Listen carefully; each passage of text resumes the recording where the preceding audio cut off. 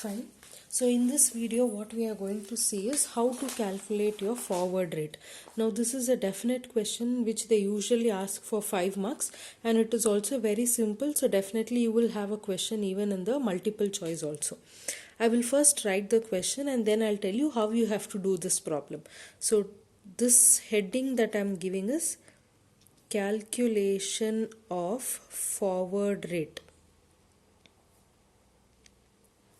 Okay, so the first, now usually how the question will be given for you all in exam is, you will have currency on one side, then spot rate as the second column, 30 days, 60 days and 90 days. Okay, now the first currency that I'm going to take an example is dollar for rupee. Second one can be pound for dollars. Third one is yen for pound. Okay, it is very important for you to know the symbols. And then in the spot rate they have told it is 61.50 by 70. Then for this currency it is 1.5340 by 50. Then 1.1640 by 50. 30 days you have 20 bar 30. Then this is 30 bar 40. 30 bar 20. 60 days it is 40 bar 20. 20 bar 10. Again 20 bar 10. 90 days 50 bar 60. 10 bar 20. 20 bar 30. I will first explain you the question. From this you should calculate your forward rate. So they will give you like this in the exam and they will ask you to calculate the forward rate. How do you understand this? Now you have the currency rates which are given for different countries. See, dollar for rupee, pound for dollars, or yen for pounds, and these are the spot rates which is given, and these are the rates after the maturity period, that is after 30 days, 60 days and 90 days. And I told you how you have to read these. The first rate indicates my buying rate, the second rate indicates my selling rate. So after 30 days these are my buying rate and these are my selling rate. That you have to please remember in mind. Now how do you go ahead? Before I start with the problem, first thing or the most important thing that you have to remember, or I can tell you as a note itself, just see the points. These are called as your swap points, or these are called as a pips. If the points are increasing, okay, now say for example here, see if the point is increasing, that is 30 and 20.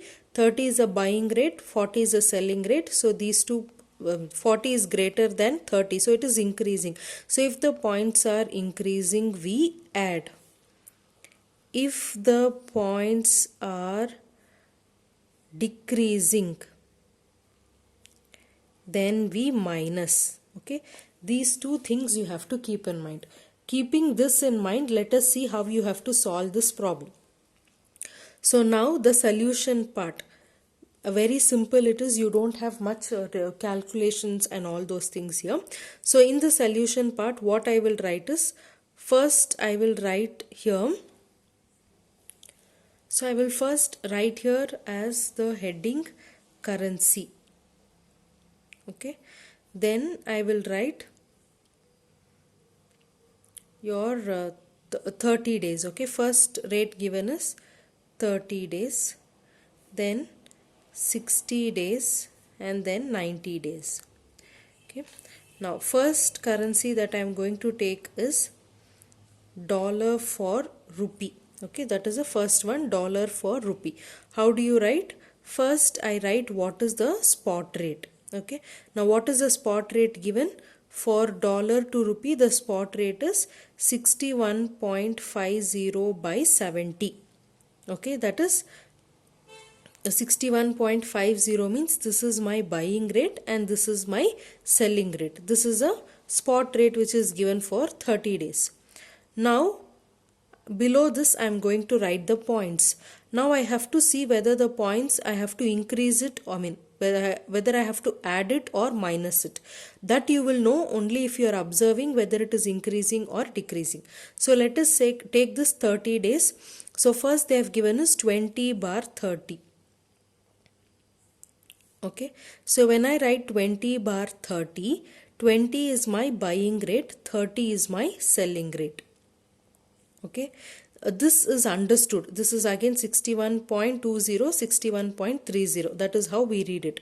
Now you have to see whether you're going to add or minus. How do you decide that? See, buying rate is 20, 30 is the selling rate. So if you observe it, the rates are increasing. When the rates are increasing, we usually add. Okay, so now when you add, it becomes 61.5 plus 2 is 7, and here 70 plus 30, 70 plus 30 is what? 100. But you have to take the total of this, that is, see in the calculator I will tell you how you have to do.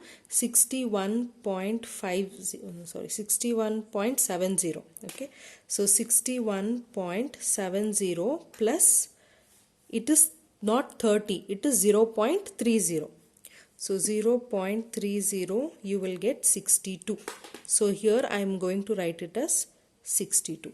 Okay, see, this is a constant figure. Here also if I write 61.50 plus 61.20, I get 61.70. 61.70 plus 61.30, then you get 62 rupees. So this is the rate after 30 days. Let us see how you do for 60 days. 60 days also the spot rate is same. Spot rate will be same for all the days. Okay, so here again I am going to write 61.50 by 70. For 60 days it is 40 bar 20. So 40 is the buying rate, 20 is the selling rate. Now here what is happening? The rates are decreasing, 40 and 20. So 20 is decreasing. So when it is decreasing, what do? I minus it. So how do you minus it? We'll do in calculator itself so that you don't get confused. 61.50 minus 0.40. So you get 61.10. 61.1 is nothing but 61.10. Next, 61.70 minus 0.20, you will get 61.50. So this is the rate after 60 days. Let us see what is going to be your rate after 90 days. After 90 days also I am going to write the same spot rate. 90 days they have given 50 bar 60. Now the rates are increasing. When the rates are increasing, I should add. So 61.50 plus 0.50, you get 62.00. Okay, next 61.70 plus 0.60, you get 62.30. So after 90 days your rate is 62.30. So this is how you have to calculate your forward rate. So I have done for one set of currency, that is dollar for rupee. Let us do for the second set of currency, which is pound to dollars. So from pound to dollars, same thing. I start from writing the spot rate. What is the spot rate for pound to dollars? 1.5340 by 50. This will be common for all. 1.5340 bar 50. Okay. Now, points. See the points for 30 days. For 30 days, it is 30 bar 40. 30 bar 40. Here it is 20 bar 10. And for 90 days, it is 10 bar 20. Okay. Just see the last two digits, that is enough. So 30, 40, so the rates are increasing. When it is increasing, I should add. 20, 10, it is decreasing, so I should minus. 10, 20, it is increasing, so I have to add it. Now how will you add this? 1.5340, okay, 1.5340 plus, just write 0.30. So you get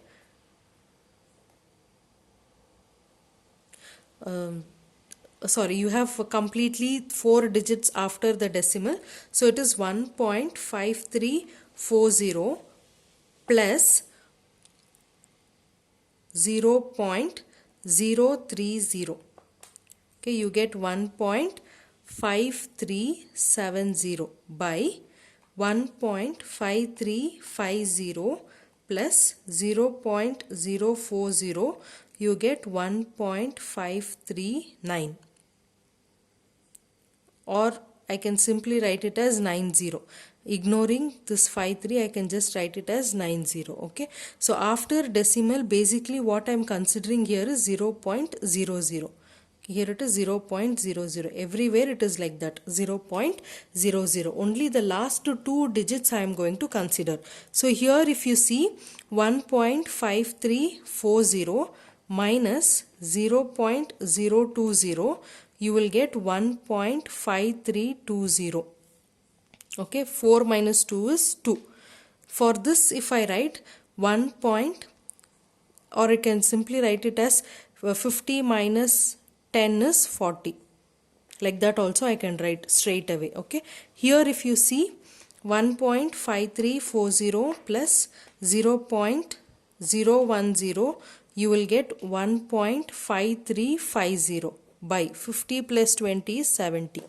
Directly also you can do, not a problem. 4 plus 1 5, write these two as it is. 4 minus 2 is 2, write these two digits as it is. 4 plus 3 is 7, these two digits as it is. But I am telling you, here the usual value is 0.00 only. Okay. Now let us see for the third set of currency. Your third set of currency is what? Yen to pound. Okay. So for yen to pound, the spot rate given is 1.1640 by 50. That will be common for all. Okay, and then you have to see the points. 30 days they have told it is 30 bar 20. This is 20 bar 10 and this is 20 bar 30.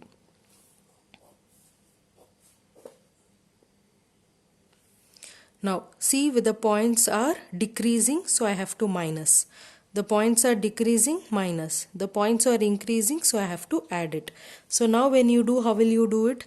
Here you will simply write it as 1.16, 4 plus 3 is 7, sorry, minus 4 minus 3 is 1, 0, by 5 minus 20, 50 minus 20 is your 30. This is 1, okay. Here again it will be 1.16, 4 minus 2 is 2, so it is 20, by 50 minus 10 is 40. Here if you do it is 1.16, 4 plus 2 is 6, 5 plus 3 is 80. Okay, so this is how you have to do the problem. Either you can consider this directly and you can do the calculation and write the values, or you can consider this as 0.00. Okay, anyway if you do, you will get the same answer. So this is how you have to calculate your forward rate. Very very important. Okay, you will have a question in your exam how to calculate your forward rate. You just have to keep these 2 points in mind. If your points are increasing, I am going to add it. If your points are decreasing, I am going to minus it. That's all. It is very simple. Watch the video, understand, and then do it in your notes. In case if you have any problem, you can ask me, or any doubts you can ask me, I'll clear it out. Okay. Now having said this, the next important concept is called as a chain rule.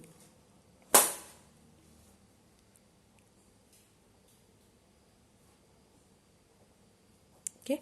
The next concept is called as chain rule. Now this chain rule means we have done problem in cross rate currencies. That is, with the help of two currencies we will be able to find out what is the currency of the third one. That is a cross rate currency. Now chain rule is also very much similar to your cross rate of currency only. With the help of two currencies we will be finding out what is the currency for the third one. Okay, so I will just give you a few questions. Let us see how you have to solve the chain rule. First of all, I'll tell you what is the rule. Please remember this chain rule. Whenever you have currencies and when they ask you to do under the chain rule, remember when you're writing your currencies, this is how it should be. A, B, B, C, C, A. Means your this and this currencies should be equal, these two currencies should be equal, and these two currencies should be equal. Just know this. I will tell you how you have to solve. Now I'll give you an example of first problem. See, in first problem they will tell you $1 is rupees 62. Okay, then 1 euro is rupees 85. Now they are asking you how much is 1 euro for dollar. This is the question. Correct? You cannot use your normal cross rate here. Here we are using chain rule. Here they might ask you find out how much is euro for dollar using chain rule. Sometimes they will ask you like that also. What you will do, you will simply do 85 by 62 and you will write the answer. But if they ask you to do according to the chain rule, then you have to follow this rule. Now, according to this, we will write the figure. They're asking you what? $1 is 62 rupees, 1 euro is 85 rupees. Find out how much is 1 euro for dollars. So I am going to convert this in the form of chain rule. So how am I going to write this? This is A, this is B, this is B again, this is C, again this is C, and this is A. That is how I am going to write. So first one, let me take. $1 is equal to rupees 62. So this is A and this is B. Next equation when I write, it should be BC. So BC means 62 should come this side, means rupees. Consider the rupees, not the amount. Okay, so rupees should come this side. So if you see the second equation, 1 euro is equal to rupees 85. So here I will simply write it as rupees 85 is equal to 1 euro. So this is B, this is C. Third one is what? CA. Means I should write euro this side. So obviously euro, I am going to find out how much is 1 euro for dollars. So again this is C and this is A. So here when you're starting with A, whichever currency you're writing, your C value should also end with the same currency. That is the only intention. You can interchange this in any manner you want. But the only intention is the starting currency and the ending currency should be same. That is why here I have written AA. Both should have the same currencies. Not the numbers, only the currency. So I will repeat this again. What did I do? I am going to follow the chain rule. In the chain rule, first is AB. So $1 is equal to rupees 62. So this is A, this is B. Again here I have to write B. Means here again I should get rupees. So my second equation says 1 euro is equal to rupees 85. So what I will do, I will just interchange it to get rupees on this side. So rupees 85 is equal to 1 euro. So BC is done. Third is what? CA. So C is 1 euro is equal to A is what? Dollar. So I am going to find out how much is 1 euro for dollars. So definitely I've got C and A. The only intention is the starting currency and the ending currency should be same. A and A should be same. Once you have got this, then it is very simple. This side whatever you have written, 1 into 85 into 1 divided by, so this becomes my numerator and this becomes my denominator. 62 into 1.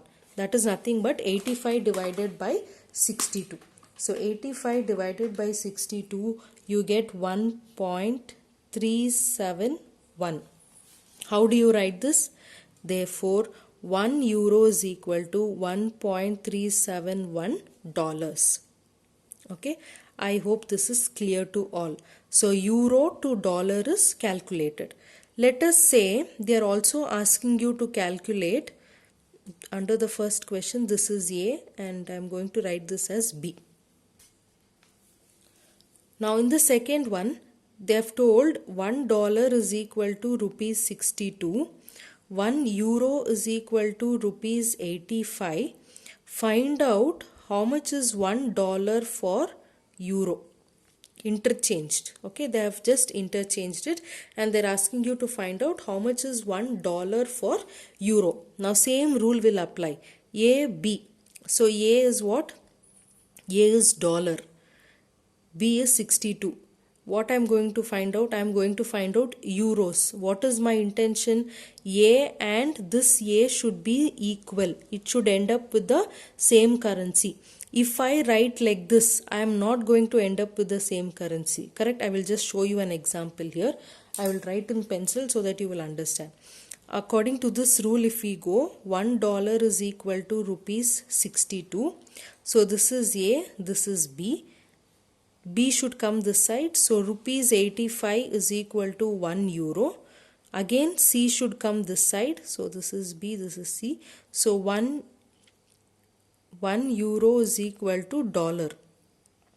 CA. But what is our requirement? $1 is equal to euro. That is only our requirement. Are you getting like that? No. So this is wrong. How will you write? My intention is what? These two currencies should be equal. But here they are asking you dollar for rupee. So how will you interchange this? Here I am going to simply write it as, take the second equation in the first. That is 1 euro is equal to rupees 85. Okay. 1 euro is equal to rupees 85. Write rupees this side, which is that rupees 62 is equal to $1. So A, B, B, C. Therefore, $1 is equal to how many euros? Now you have understood. Here A and A are equal. As well as I am getting my equation. How much is $1 for euros? Same thing. 1 into 62 into 1 divided by 1 into 85. So 62 divided by 85, you will get 0.729. How will you write this? Therefore, $1 is equal to 0.729 euros. I hope this equation is clear to all. My only intention is this and this should be equal. Okay, I should end up with the same currency, as well as it should be equal to the currency which they have asked in the question. That only I am going to find out here. Okay, so follow this chain rule. You will be able to understand this clearly. Let us see another example.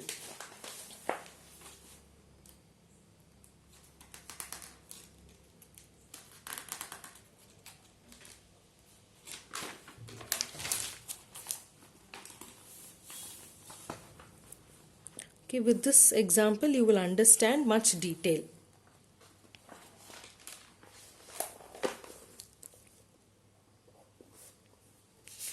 Okay, now in the example, 1 pound is equal to $1.5. 1 euro is equal to $1.2.